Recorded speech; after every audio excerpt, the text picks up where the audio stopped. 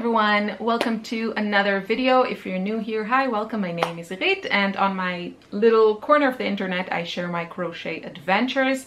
Thank you so much to those of you that have emailed me and want to be testers of my two become one sweater pattern. I'm kind of releasing those instructions and videos. There are written instructions and videos, and they are in my online school just because that's like a good place for me to have everything in one place. But you can print out the instructions and watch the instructional videos, and I'm kind of releasing it like a crochet along. So every week there's a new part, and I think in total there are 5 or 6 parts. So the first part are the cuffs, then we're doing the sleeves. Those parts are already up. And then in the third part, we're going to start making the body of the sweater. In the fourth part, we're going to separate it to the back and the front and start to like connect things and then do the finishing touches. So those videos and instructions are still a work in progress, but I'm currently working on my fourth version of the sweater, and I'll show it to you. So I'm really loving the color. And yeah, this is Fluffy Day. I thought I was going to use the Fluffy Day XL, but I think I prefer the regular Fluffy Day because it's still quite thick. They call it a number 4 weight. I would say it's a number 3, but I'm using a 6mm hook for the body, and I really like it. It's like warm, but it's still light, and it's still like a closed stitch, which is what I prefer. So this color is 14, I think. They have a few pretty pinks, and I'll show you because I wanted to see them for myself. So yeah, so this is the one sleeve and this is the other sleeve, and that's the fourth version of the two become one sweater. Really, really like this. On this one I did a really kind of small ribbing, and I used a half double crochet instead of a single crochet, which also makes it faster. I just thought it kind of went well. Oh, this matches my nail polish so nicely. So I just love the construction of the sweater, and yeah, I can't wait for, you know, finish the instructions and everything and then be able to offer it as a pattern. But this is the fourth version, and that brings me to a little haul from Hobbii. Just got, I think it's all Fluffy Day. I just wanted to see the colors, and I kind of wanted to make a couple of sweaters using them. So this one is what I said, it's color 14. I can't remember the name of it, but as you can see, it's just like beautiful, I don't know, like a muted pink berry color. Really, really pretty. And then the slightly lighter version of it, which is still pretty, is color 13. So wait, this is XL and this is regular Fluffy Day. So this one is a little bit thicker, the yarn itself, but I also think these are really pretty together. And I actually looked for my sweater that I'm working on. I looked at some like stitches with 2 colors because I thought this would look really nice together. I didn't see something that really grabbed me. Another color that I wanted to see how it looks is 24. I don't remember how this is called. Maybe cactus? Not sure. But it's actually looking a bit more muted on camera. I find that the cameras always have problems with turquoises. This is, yeah, it's okay how it looks on camera, but I would say in real life it's slightly kind of more intense. It's really beautiful, and I think it would look nice on me.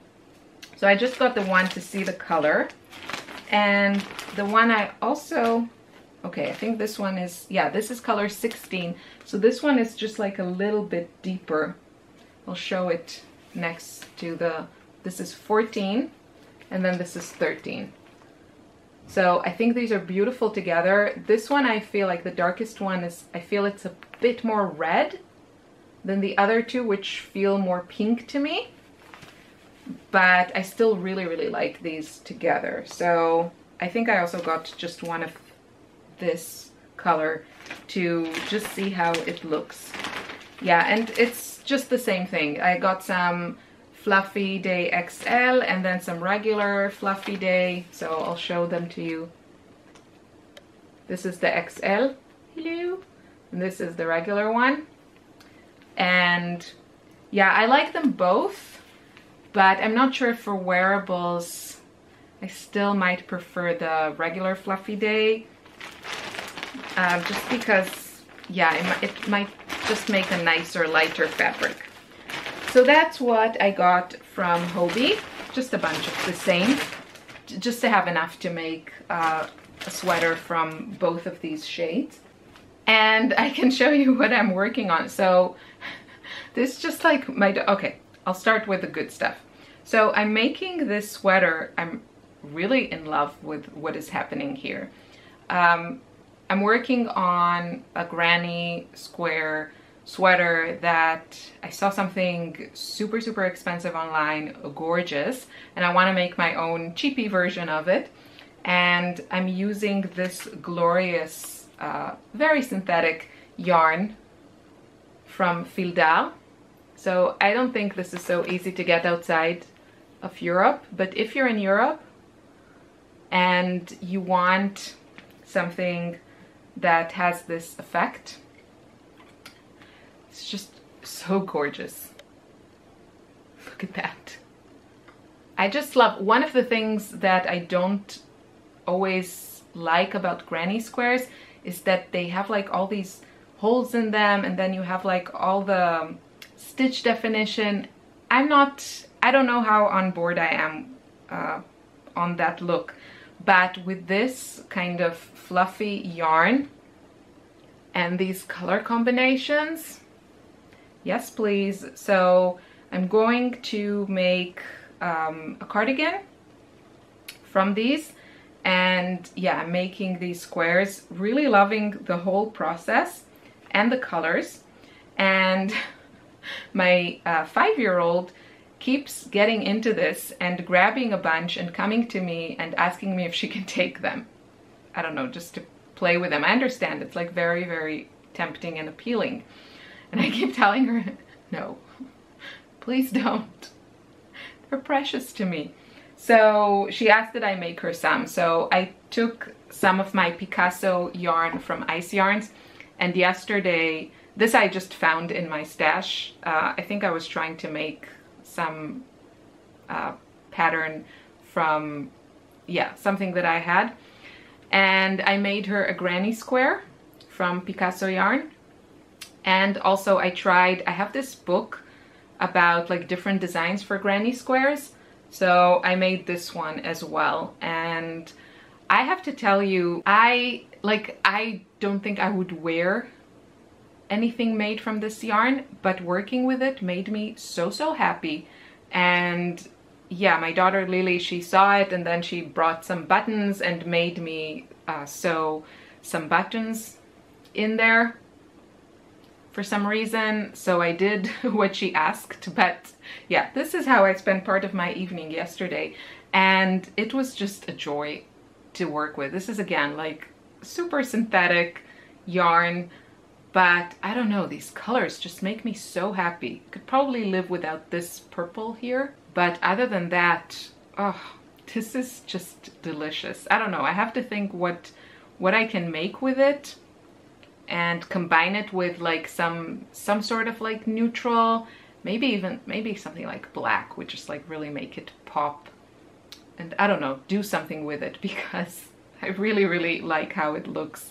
And yeah, it also feels nice. It's fun to work with. It just makes me happy. Oh, and I'll show you the last thing, which is very much a work in progress.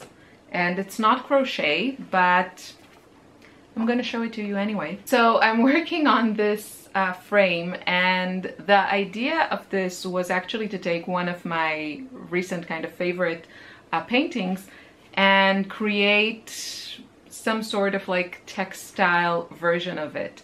So there's a combination here, like this part is done with a punch needle, and I don't like it. I think I'll probably take it out and redo it. This is already the second time I've done that. And then these parts are made with weaving, and yeah, really liked it. And then this is kind of my very rough version of embroidery, I would say. It's just, you know, just string sewn across. Not sure how I feel about that. What I do like is like the different textures, and it really gives me an opportunity to use all kinds of yarns that I have just, you know, one skein of that I got to try, that I bought to try and see how I like it. There's some fuzzy yarn and just like a bunch of different fibers that I have, just a single skein of this and that. And this was really fun to make. I have to kind of cut the fringe here, but yeah, I'm working on it and I'm really enjoying it. So I stretched my own fabric onto a frame. I got these like stretcher bars from the local art store. It's actually super simple, and yeah, I want to make something here, but it's still, I'm not there yet. But that's also what I've been working on between my sweaters and my granny squares and everything. Just having a lot of fun with yarn in different ways.